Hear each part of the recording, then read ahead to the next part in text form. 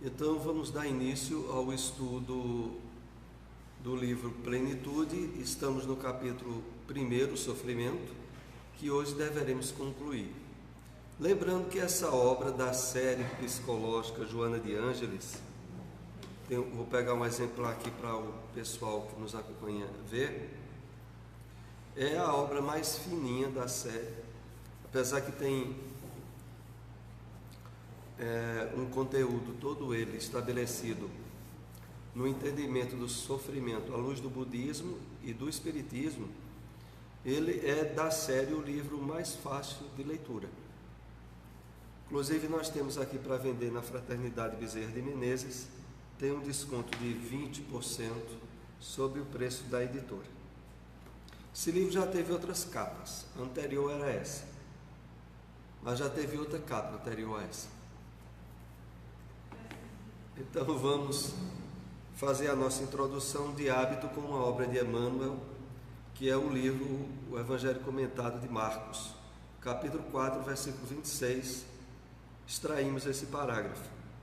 Onde estiveres, lembra-te de que a vida é caminhada, atividade, progresso, movimento e incessante renovação para o bem, eterno, transpõe dificuldades, desiste da irritação, ouvida mágoas e prossegue adiante.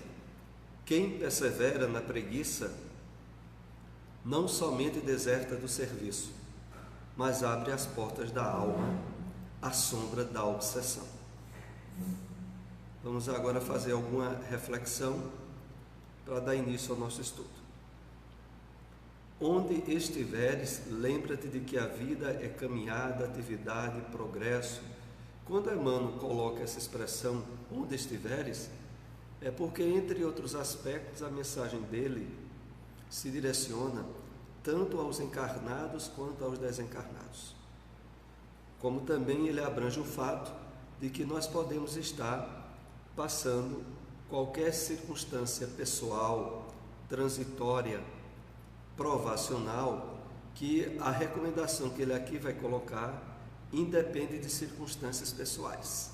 São para todos os momentos e são também para todas as esferas. Então, movimento incessante e renovação para o bem eterno.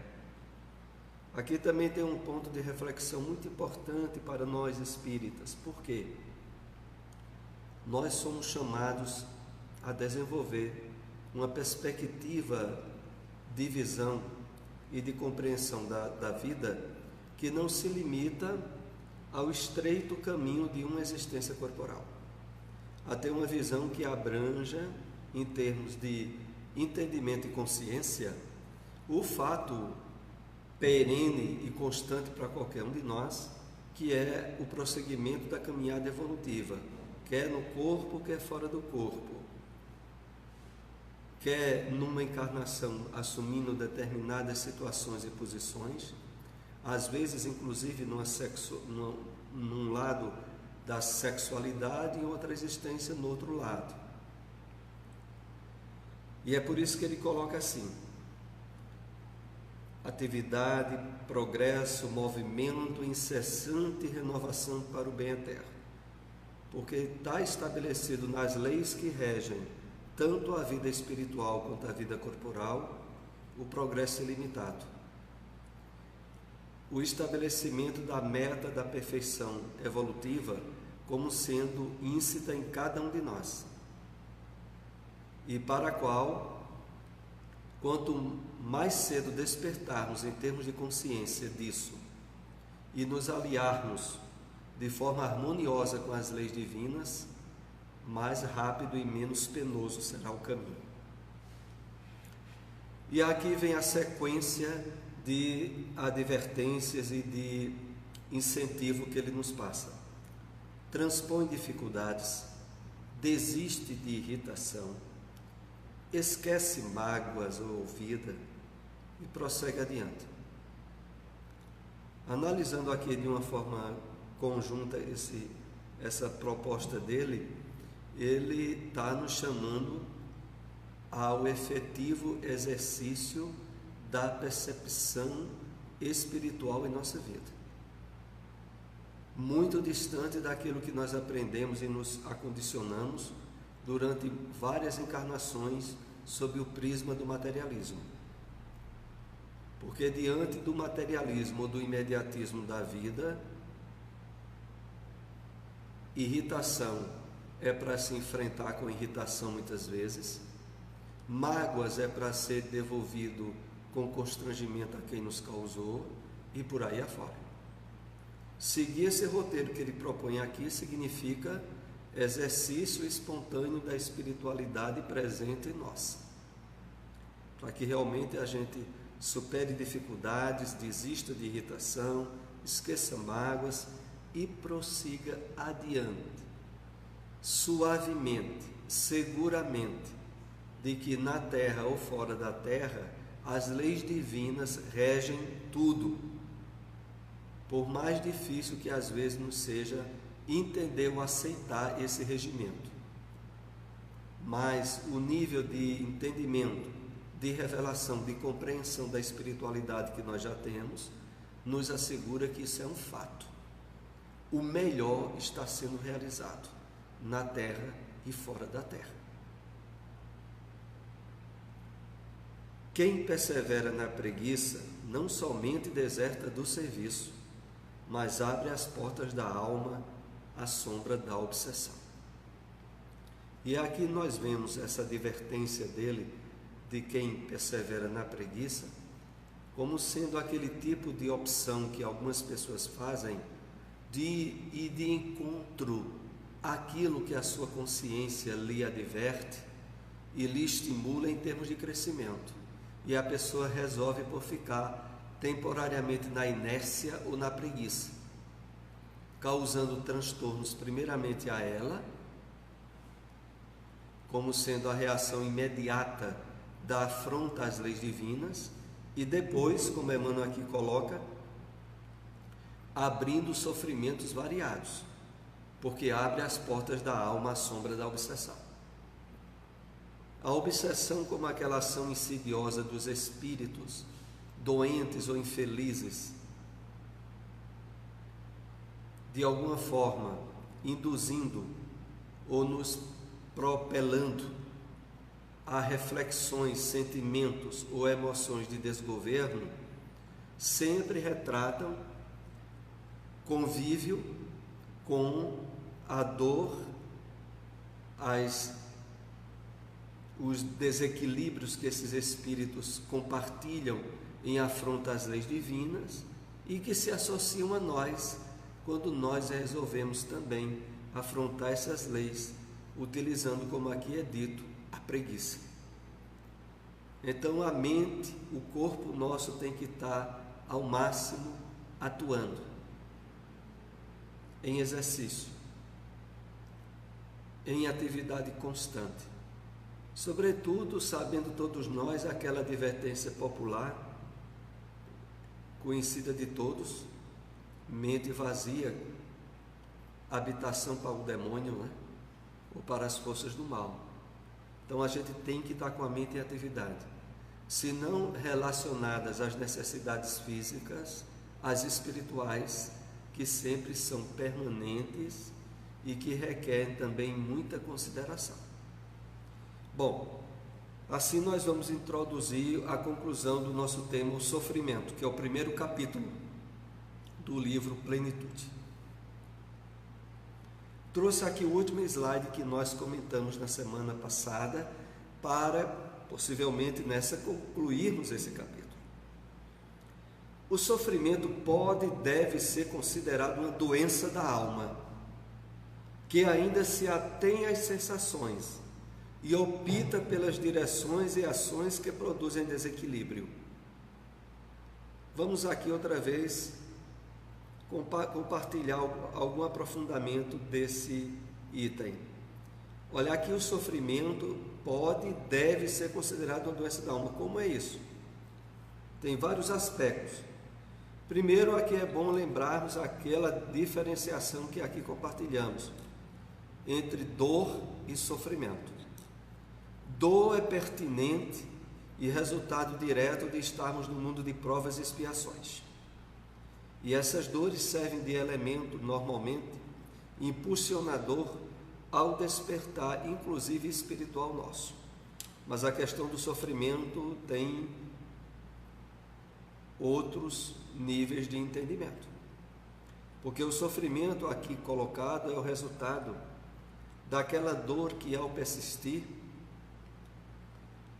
o espírito, a pessoa que enfrenta aquela circunstância desagradável, acaba-se por nutrir-se da constância demorada em sustentar um nível de opção de livre-arbítrio, de desequilíbrio, sustentando uma dor que já teria o seu tempo natural de acomodação.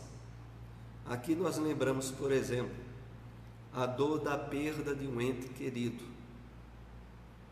a dor da perda de um emprego, de um trabalho, a dor causada por uma doença, inesperadamente acometida a nós.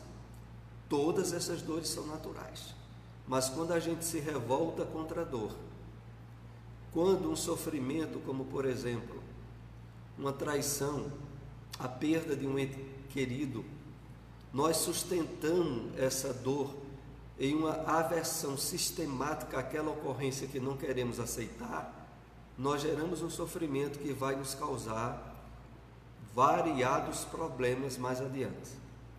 Inclusive os campos para o estabelecimento das depressões, ou se não, naturalmente, das obsessões contumazes. Face a nossa rebeldia em não querer aceitar aquela dor que surgiu no nosso caminho. É interessante aqui refletirmos que, na maioria das vezes, é justamente aqueles tipos de dores que não dependeram de nós serem evitadas e que faculta um nível de orgulho, de rebeldia perante aquela situação, aonde o espírito ele se propõe a si mesmo de não merecer aquela circunstância amarga e de não aceitá-la. E aí gerar um campo devastador para o sofrimento. É esse o sentido aqui. Vamos então para o primeiro slide de hoje. Nessa fase dos interesses imediatos, todo um amaranhado de paixões primitivas propele o ser na direção do gozo, sem a ética necessária, ou o sentimento de superior eleição, e o atira nos cipoais dos conflitos que geram a desarmonia das defesas orgânicas, as quais cedem à invasão de micróbios e vírus que lhes destroem a imunidade. Veja, todo artefato que é decorrente dessa rebeldia geradora do sofrimento. É justamente o contrário do que ocorre quando nós, já tendo trabalhado suficientemente os valores espirituais, estabelecemos um nível de compreensão onde a gratidão passa a ser alvo constante no nosso dia a dia. Eu lembro aqui que a última obra da série psicológica de Joana de Ângeles se chama Psicologia da Gratidão, onde vai ser analisado de forma bem aprofundada os inúmeros aspectos que a gratidão tem e deve ser trabalhada por cada um de nós. Porque quando nós estabelecemos o clima de gratidão interna, aí nós geramos subsídios energéticos que vão qualificar e intensificar o nosso sistema imunológico, tornando-o mais forte e atuante. Vai debelar, inclusive, determinados níveis de bactérias ou de vírus que, ao contato com certa alegria íntima que a gente passe constantemente a se nutrir, eles se debelam. Então dá-se o contrário quando as energias estão no campo da positividade e da gratidão. Mas aqui voltemos ao conteúdo desse slide. nessa fase que é essa aqui anterior, a que a pessoa está se nutrindo de sofrimentos, dos interesses imediatos, todo um amaranhado de paixões primitivas propele o ser na direção do gozo sem a ética necessária, ou um sentimento de superior eleição e o atira nos cipoais dos conflitos, que geram a desarmonia das defesas orgânicas. Aqui é aquela situação onde a pessoa, ao ter aberto portas para o estabelecimento do sofrimento no seu ser, procura de forma desequilibrada mecanismos de fuga, às vezes através de vícios, de drogas, de estabelecimento de tentativas desorganizadas e desestruturadas para a superação real do sofrimento que ela mesma criou para si própria. É por isso que aqui é dito que se envolve em todo amaranhado de paixões primitivas que propõe o ser na direção do gozo sem a ética necessária ou do sentimento superior, de superior eleição, e o atira nos cipoais dos conflitos, que geram desarmonia nas defesas orgânicas. Porque depois de estabelecido todo esse campo de oposição às leis divinas, cujo alicerce maior é a lei do amor, a pessoa se colocou no campo propício às reações de desequilíbrio que pioram ainda mais as defesas orgânicas. Como diz aqui, cedendo à invasão de micróbios e vírus que lhes destrói a imunidade. Algumas vezes nós temos a percepção disso de uma forma bem imediata. A pessoa tem uma raiva grande de alguém, ou uma mágoa, e dependendo de determinada fragilidade orgânica que ela possua, quando menos se pensa, ela está com a dor de barriga, ela abre as portas para algum tipo de alergia que ela tem e que surge justamente quando o sistema imunológico se tornou mais para baixo, devido a ter se nutrido de uma emoção negativa. Então, às vezes, se percebe isso até de forma bem imediata. A pessoa se atrita de raiva com alguém e de imediato percebe um mal-estar gástrico, ou uma dor de cabeça, que é o primeiro indicador de que ela andou com aquele tipo de emoção agredindo a ela mesma, em primeiro lugar.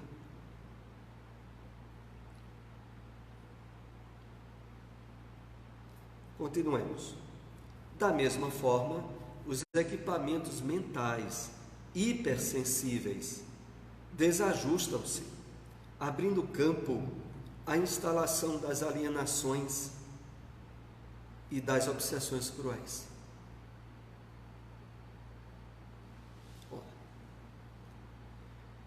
Há uma fragilidade que, a princípio, tem a repercussão física, mas que também abre campo de repercussão na área mental.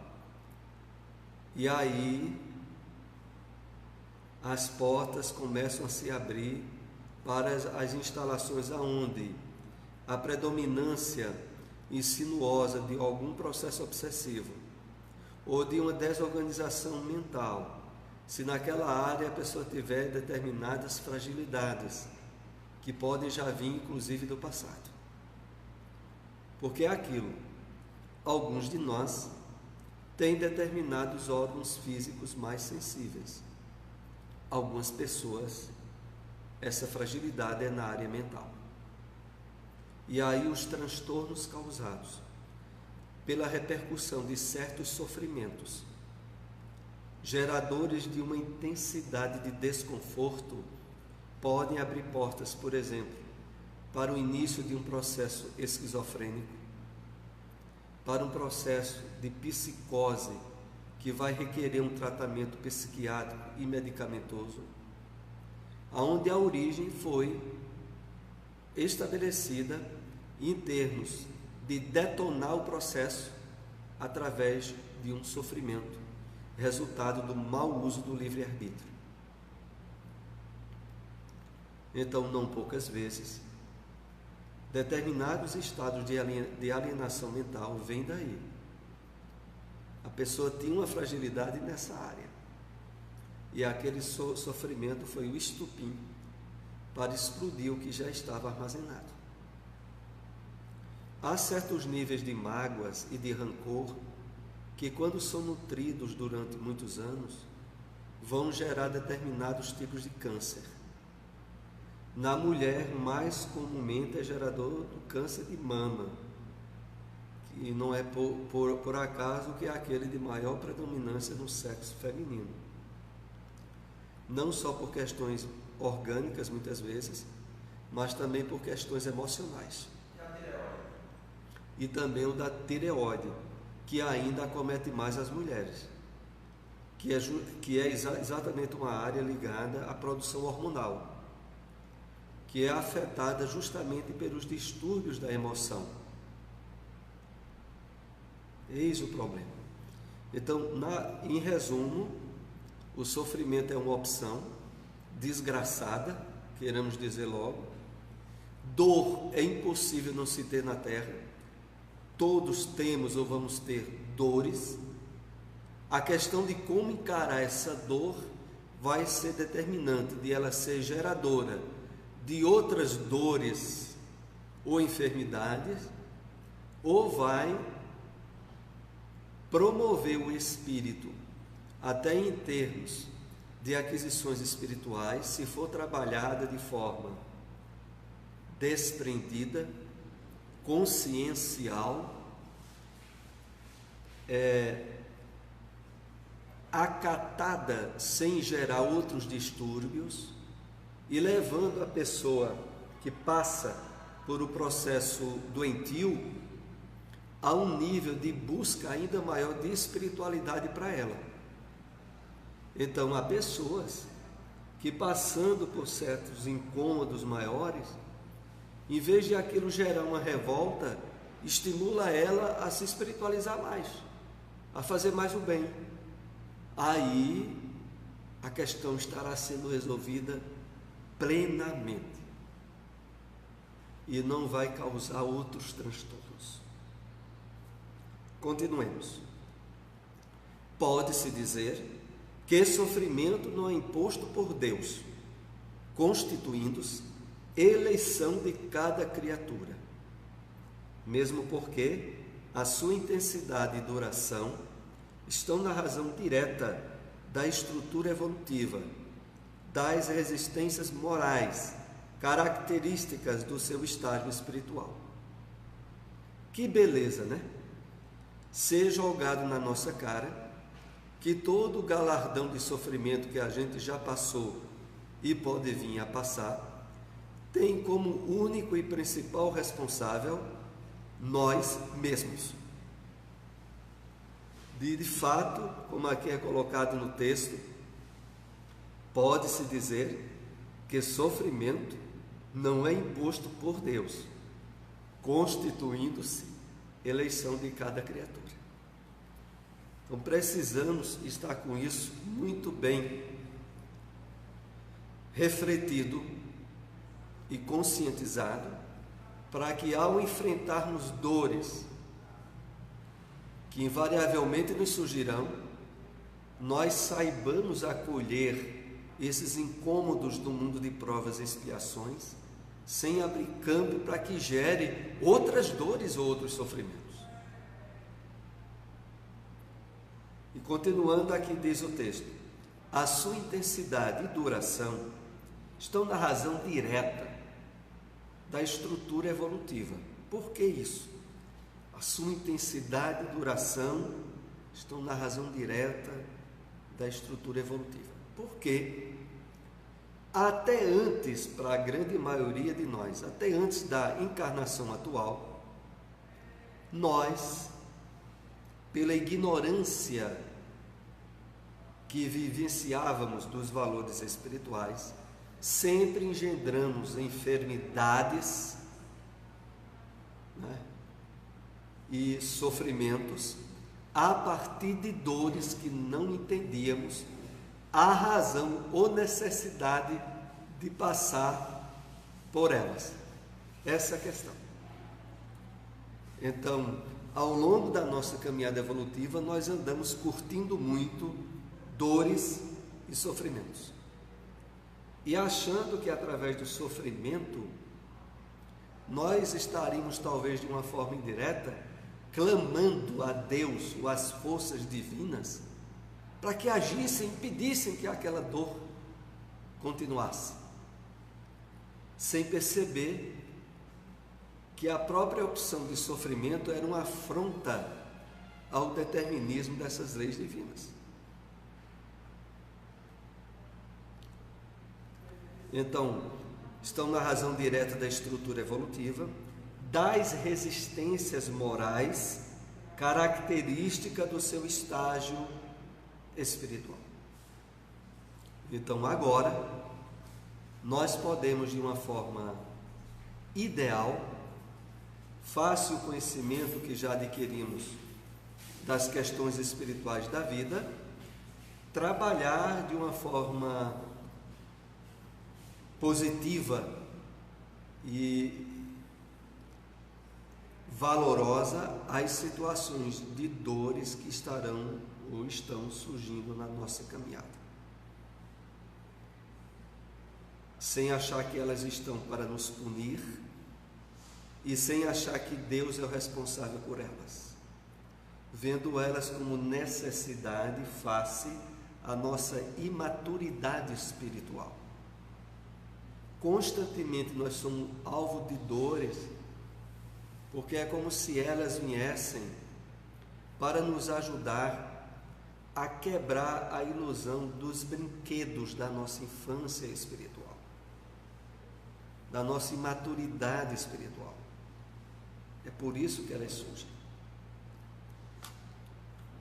Fugir, escamotear, anestesiar o sofrimento são métodos ineficazes, mecanismos de alienação que postergam a realidade, somando-se sempre com a sobrecarga das complicações decorrentes do tempo perdido. Pelo contrário, uma atitude corajosa de examiná-lo e enfrentá-lo representa valioso recurso de lucidez com efeito terapêutico propiciador de paz.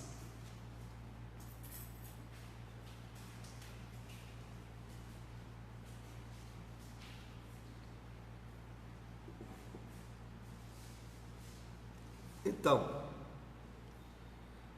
percebendo-nos que face certa falta de vigilância e de cuidado, permitimos instalar um certo nível de sofrimento na nossa experiência de dores aqui na Terra. Podem ser dores físicas ou dores emocionais, morais, espirituais. Não interessa a área do sofrimento, que surgiu a partir de uma dor. Estabelecido esse sofrimento, não adianta fugir, escamotear, anestesiar. Tudo isso são métodos ineficazes.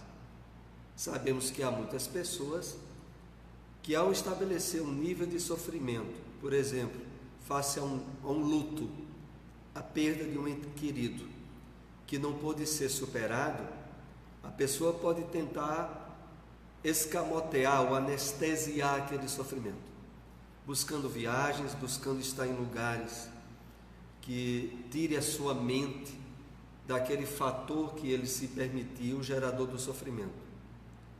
Não adianta nada. Estabelecido o sofrimento, aqui nós temos a orientação. A atitude corajosa de examiná-lo, enfrentá-lo, representa valioso recurso de lucidez, com efeito terapêutico propiciador de paz. É claro que todo esse campo de possibilidades, ele aumenta muito e é muito enriquecedor para nós que temos a visão espiritual da vida. É claro que para as pessoas que ainda estão anestesiadas pelo materialismo, encontrar meios eficazes de superar o sofrimento torna-se bem mais difícil. Mas para nós que vamos trabalhando a perspectiva de imortalidade, não. E é justamente no nosso quadro que é colocado esses recursos aqui. Atitude corajosa de examiná-lo e enfrentá-lo. Examiná-lo é a partir do momento em que a gente consegue separar a dor que nos atingiu e do sofrimento que começamos a alimentar a partir daquela dor, e assumindo a responsabilidade por esse sofrimento. É aí que nós estaremos, de fato, encarando de frente a circunstância e promovendo meios de superá-la. Então é ver, olha, esse sofrimento foi a opção minha. E analisar por que se permitiu isso. Até que ponto uma certa falta de autoestima, de autorrespeito e de autoamor nós nos permitimos para que aquela dor fosse geradora de sofrimento. Porque ela poderia e deveria por si só ficar no seu espaço e tempo indispensável ao ter surgido na nossa caminhada evolutiva. E sobretudo quando nós analisamos as dores de ordem emocional. Porque uma dor física que face a impossibilidade imediata do uso de um analgésico ou de algo que elimine aquela dor vai continuar durante algum tempo. Não significará que a pessoa vai se revoltar contra ela. Mas quando a gente analisa pelo lado as dores emocionais, as dores do sentimento, aí é que nós percebemos de forma mais bem clara a teimosia, a baixa autoestima que a pessoa normalmente tem em querer manter um nível de sofrimento, o qual estaria nas suas mãos redirecioná-lo, sobretudo tendo a perspectiva de visão da vida do prisma imortal.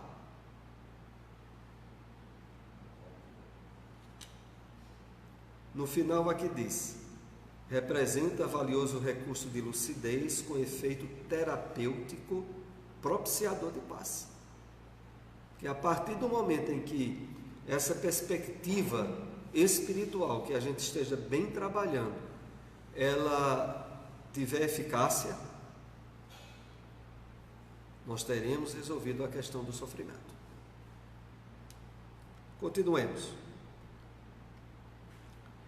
A ressignificação dinâmica, isto é, a aceitação do problema com uma atitude corajosa de o enfrentar e remover-lhe a causa, representa avançado passo para a sua solução. Vamos entender aí o que é a ressignificação dinâmica. Isto é, a aceitação do problema com uma atitude corajosa de o enfrentar e remover. Ora, é muito importante o trabalho consciencial que a gente esteja fazendo no direcionamento do auto-amor, do auto-respeito, da autoestima, do autoconhecimento, do despertar do si profundo, da sua individuação, da sua percepção de espírito imortal, do seu valor perante as leis divinas. Todos nós, cada um de nós, somos preciosíssimos para os objetivos das leis divinas.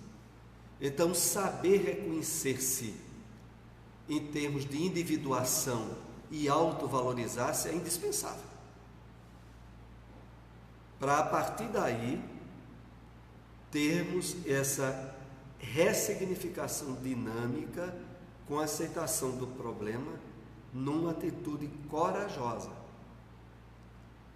Porque é aquilo, a pessoa muito longe poderá estar admitindo aqueles tipos de pensamentos populares e de desvalor como é assim mesmo, a minha vida é sofrimento, eu não mereço ter facilidade nessa vida, eu joguei pedra na cruz, eu já devo ter feito muito mal a muita gente. É isso, veja, tudo isso são atitudes de desvalor, de baixa estima, e que representam empeços do orgulho e do egoísmo distorcido, viu? Porque por trás da aparente atitude de humildade que está quando alguém diz assim, é assim mesmo, eu não mereço, e a pessoa parece querer expressar nisso humildade, na verdade ela está expressando um certo nível de revolta interior, de orgulho disfarçado, de atitude indigna para um cristão e sobretudo espírita, que é acordado para o valor da sua individualidade como espírito eterno, como ser em caminhada evolutiva com destino certo para a felicidade e a perfeição. Então é preciso estar atento a isso, para que a gente abandone a via torpe, frustrante e enganosa do sofrimento, que em termos espirituais representa normalmente o conteúdo que está por trás do sofrimento. Só é um: revolta, contrariedade contra a situação que está passando, que indiretamente significa revolta contra as leis divinas que possibilitaram aquilo, que indiretamente significa revolta contra Deus. Quando nós estamos na atitude de harmonia com as leis divinas, de gratidão perante a vida, não há espaço para esses tipos de argumentos autodepreciativos, que são um orgulho, uma vaidade e um egoísmo disfarçado. E muita gente sustenta isso achando que estão tendo atitudes de humildade. Lê do engano. Então, voltando aqui ainda o texto, com a atitude corajosa de o enfrentar e remover-lhe a causa, representa avançado passo para a sua solução. Desse modo, nós realmente estaremos eficazmente resolvendo a questão do sofrimento. Continuemos. É de insustentável significação positiva o equilíbrio mental e moral diante do sofrimento. Se consegue através do treinamento pela meditação, pela oração, que defluem do conhecimento que ilumina a consciência, orientando-a corretamente. Então, é de insuspeitável significação positiva o equilíbrio mental e moral diante do sofrimento, que se consegue através da meditação, da oração, que defluem do conhecimento que ilumina a consciência. E aí nós vamos vendo que ao longo de diversas obras que nós temos estudado da série psicológica de Joana de Ângeles, a questão que sempre volta a bater de forma firme, que é o despertamento para a prática da meditação reflexiva, da meditação de consciência desperta e também daquela que deflui de procurar espaços mentais de serenidade e vazio, aonde através da respiração, sobretudo, nós procuramos descansar a criação dos pensamentos e das imagens, estabelecendo de forma bem intencionada a facilidade de um clima propício à inspiração, à intuição, à sensibilização,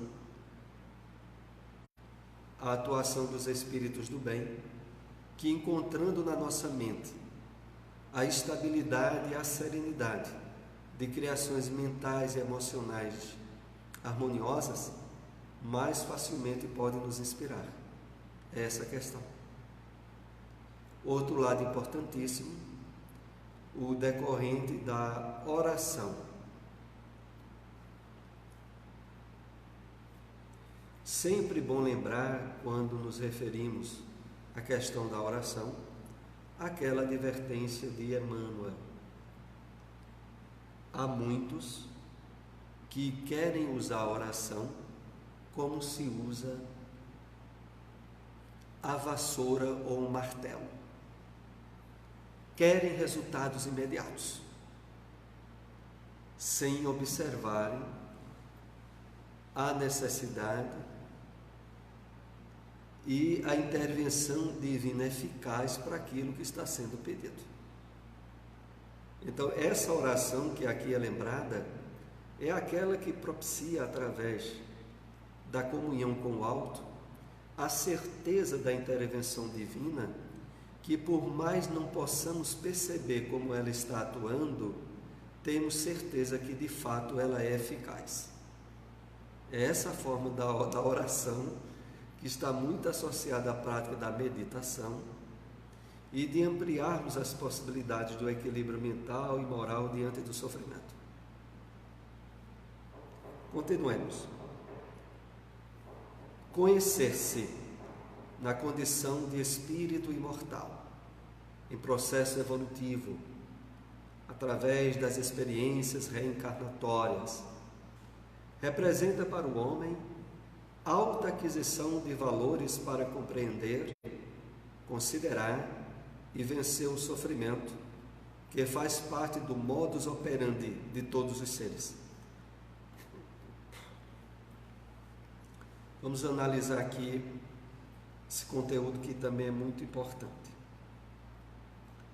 Conhecer-se na condição de espírito imortal em processo evolutivo através das experiências reencarnatórias. Isso é fundamental. De fato,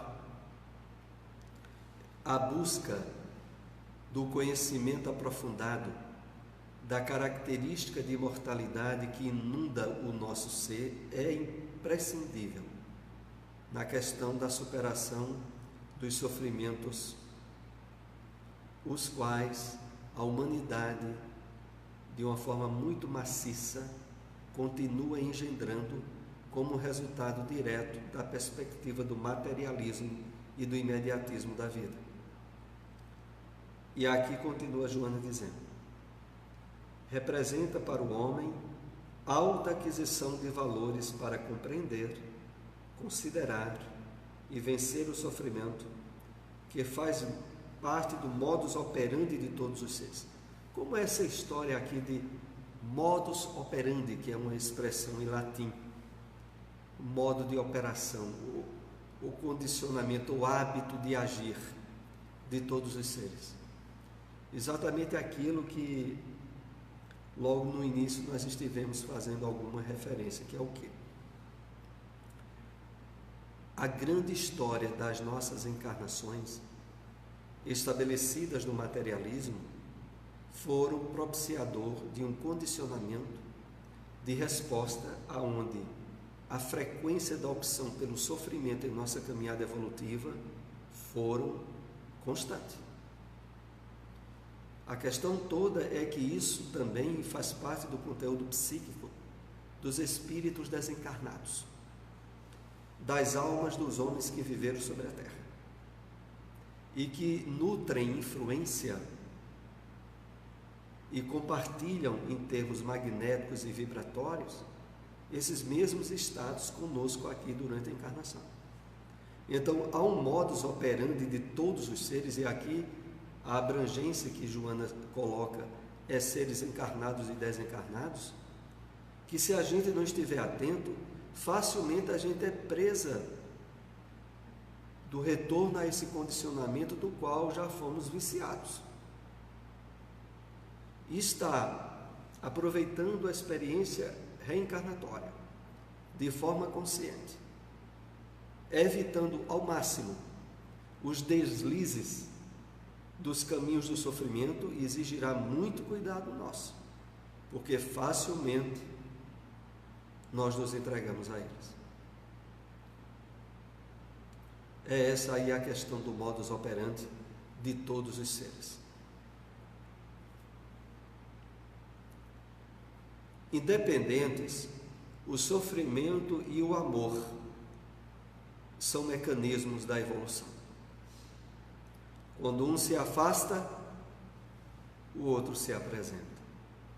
Pode-se dizer, portanto, que a presença do sofrimento resulta do distanciamento do amor, que ele é o grande e eficaz antídoto. Aqui tem alguns conteúdos bem importantes para que a gente aprofunde no nosso psiquismo. Essa dualidade do sofrimento e do amor, aonde a ausência de um significa a presença do outro, equilibrando os pesos da balança, como um mecanismo propiciador da nossa caminhada evolutiva. Desde quando isso surgiu? Desde o afastamento intencional nosso da harmonia com as leis divinas. Que coisa, né? Vejam como, fazendo aqui uma rápida retrospectiva da situação evolutiva de onde nós viemos e como nós nos encontramos. Íncito em nós todas as qualidades e virtudes cuja origem primeira é do Pai, Criador de todos nós. Todos nós trazemos essas sementes em germe, propícias a serem trabalhadas, desabrochadas e desenvolvidas. E o que é que houve para que a dor se estabelecesse nessa nossa caminhada evolutiva? A possibilidade dada a nós do livre-arbítrio e da liberdade na construção dos caminhos. Invariavelmente, face à nossa ignorância do que disso decorria, e até por questão da simplicidade original da nossa caminhada evolutiva, nós escolhemos caminhos que nos desviaram das leis divinas. Como mecanismo propiciador, para que esse afastamento não fosse gerador ainda mais à frente da ausência de plenitude ou de felicidade, a dor surge como barreiras de proteção para que os erros não atingissem níveis avassaladores. É aí onde surgiu as circunstâncias doloridas que fazem parte da nossa caminhada evolutiva. É claro que agora, espíritos já bastante velhinhos na caminhada evolutiva, experientes na questão da dor e do sofrimento, queiramos agora, com a consciência aberta a voos e degraus de ascensão, harmonizarmos-nos intencionalmente com as leis divinas.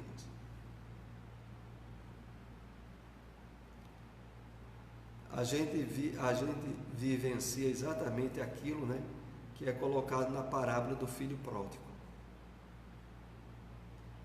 A gente estava muito bem, desde que estivéssemos sob a proteção de Deus e das suas leis. Aí a gente disse, olha, veja só, eu tenho liberdade? Tenho. Então eu não quero mais isso aqui. Eu quero a minha liberdade, que eu quero seguir meus caminhos. Aí a gente foi seguir os nossos caminhos, até quebrar a cara suficientemente e voltar com a alma sofrida em busca da proteção do Pai. é a volta do filho pródigo.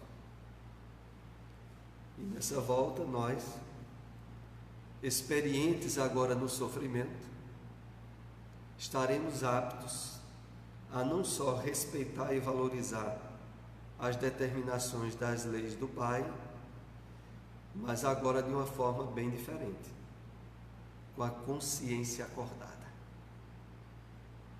É esse o objetivo maior da nossa caminhada evolutiva. É o retorno, mas de consciência acordada, para nunca mais desejar cair ou fazer escolhas precipitadas, como fizemos, por não saber os resultados que elas dariam. É por isso que, de uma forma importante de ser considerada, nós podemos dizer que nós temos um livre-arbítrio e uma liberdade sob limites. Você fará o que você quer dentro de limites. E nesses limites há barreiras de contenção. Poderíamos dizer com certeza que nós gozamos de uma liberdade relativa, não total.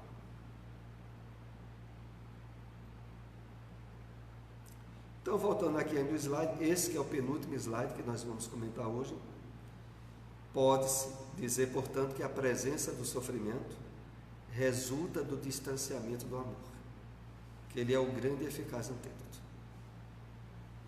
E aí poderia se perguntar, isso quer dizer que se eu estiver passando por determinadas dores e eu buscar vivenciar de forma autêntica, desprendida, a caridade e o amor ao próximo, eu estarei superando essa dor, sem qualquer dúvida.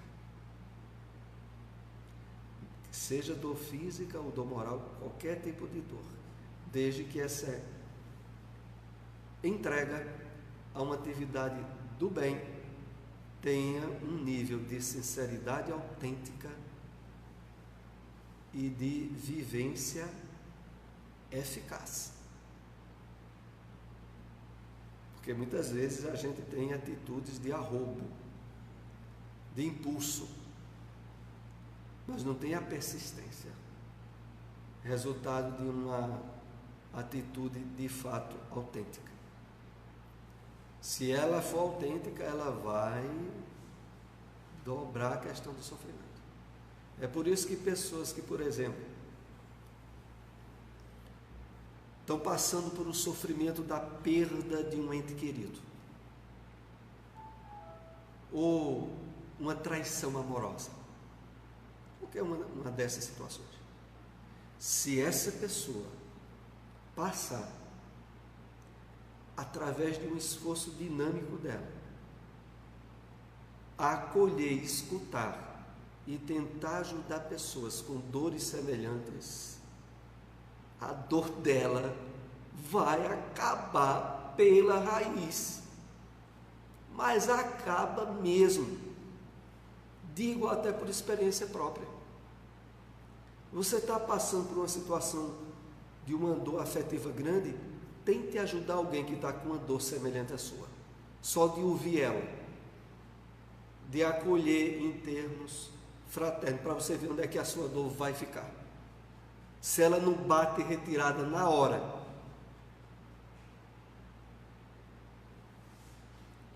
é exatamente esse tipo de atitude que muitas vezes falta a nós.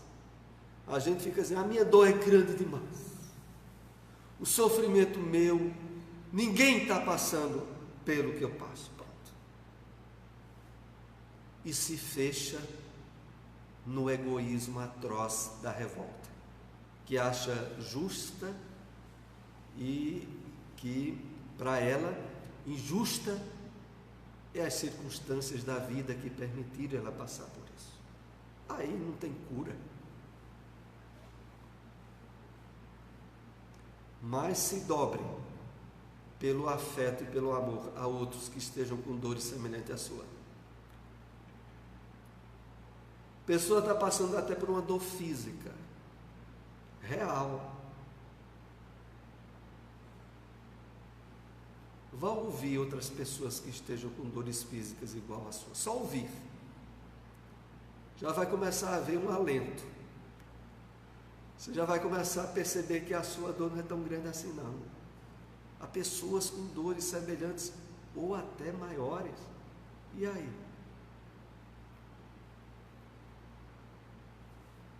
Vamos aqui para o último slide de hoje. A história dos mártires atesta-nos a legitimidade do conceito.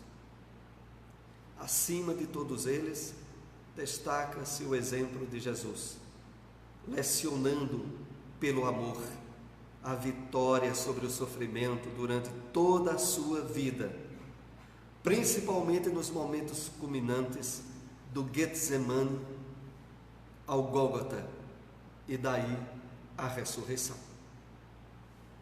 Então, esse último item que está no primeiro capítulo do livro Plenitude fecha bem a questão que nós estávamos analisando.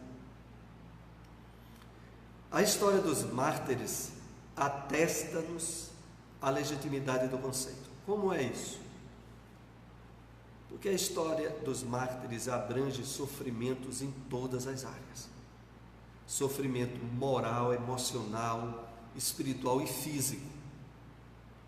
Ao máximo que poderíamos passar. Porque muitos mártires, aqueles que se diziam cristãos no início do cristianismo primitivo, eram separados de familiares queridos, tinham que enfrentar dores atrozes nos cárceres e no martirológico, e curioso, conseguiam manter um nível de paz e de plenitude da maior autenticidade possível, revelada nos livros do Atos dos Apóstolos, nas cartas de Paulo e, sobretudo, nas obras do cristianismo primitivo trazida a nós por Emmanuel, como há 2000 anos, 50 anos depois, Ave Cristo, Paulo Estevão. Nessas obras nós vemos como todas essas circunstâncias de dores intensas eram transcendidas por uma consciência desperta de plena harmonia com as leis divinas. Isso resolvia tudo. Tudo. É o exemplo máximo que nós temos na história do cristianismo primitivo. E depois, continuando aqui, a reflexão que Joana traz, destaca-se o exemplo de Jesus, lecionando pelo amor a vitória sobre o sofrimento durante toda a sua vida, principalmente nos momentos culminantes do Getsemane ao Gólgota e daí a ressurreição.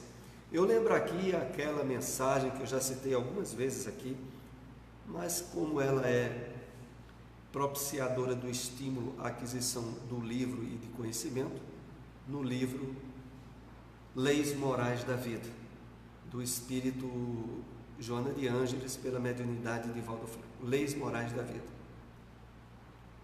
Tem um capítulo lá chamado Tranquilidade. Tranquilidade. E aí, uma outra frase que eu continuo me lembrando daquele livro é quando Joana faz reflexão para que nós nos iluminemos, dizendo o seguinte: Jesus mantinha-se o mesmo, quer no Sermão do Monte, quer no Getsemane, significando que a atitude eficaz de harmonia com as leis divinas propiciam ao espírito encarnado poder estar curtindo estados temporários de bonança, de felicidade física ou de provações, de dificuldades e sofrimentos físicos, emocionais, espirituais, e poder manter-se o mesmo, não projetando e não se identificando mais com fatores externos com coisas materiais ou circunstanciais da vida como sinônimo de felicidade para ela. É esse o ponto que nós somos chamados a trabalhar. A partir do momento em que nós vamos acordando em termos de consciência, cada vez mais, enfrentando dificuldades ou tendo relativas facilidades no corpo físico, não projetar nessa facilidade, nem desculpar-se com a dificuldade, a curtição de estados emocionais ou íntimos em desarmonia com as leis divinas. É injustificável. O trabalho de harmonia com essas leis é para nos dar sustentação, quer estejamos enfrentando situações amargosas, difíceis, quer estejamos temporariamente nos nutrindo de estados de felicidade ou bonança material, passageiros como todos os outros.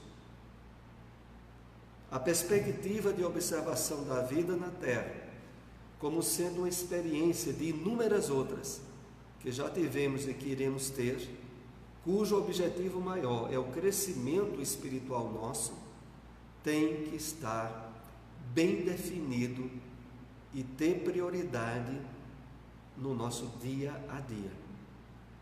Concluímos aqui essas reflexões, citando a questão do dia a dia, porque isso que nos é dado e permitido pelo conhecimento espiritual da vida, é para ser aproveitado agora, durante a nossa encarnação, para que a gente leve como hábitos e condicionamentos novos para o mundo espiritual e para outras encarnações, e de uma vez por todas superarmos a infância espiritual em que já andamos tanto tempo agarrados. É esse o objetivo maior que se destina esses estudos que temos feito aqui das obras psicológicas de Joana de Ângeles. Então, queremos lembrar, possivelmente não deveremos ter o estudo de Joana de Ângeles no próximo domingo, e também no primeiro domingo de janeiro. Estamos inscritos, se Deus nos permitir, no seminário espírita lá em João Pessoa, seminário do Congresso Espírita. Então sairá em janeiro ainda o nosso retorno, mas daqui, possivelmente, me parece que é dia 12 de janeiro, o primeiro domingo que nós estaremos voltando, 12 ou 13, né? Então, lembramos aí aqueles que nos acompanham pelo Facebook, que nós temos um canal no YouTube, José Soares de Melo, onde está todas as gravações desses estudos de Joana de Ângeles e dos demais estudos que nós realizamos aqui no Bezerra de Menezes e no Eurípides Barçanufo. Então, fica aí a dica de acesso ao canal do YouTube. Esse estudo de hoje, possivelmente amanhã, já estará gravado no canal do YouTube.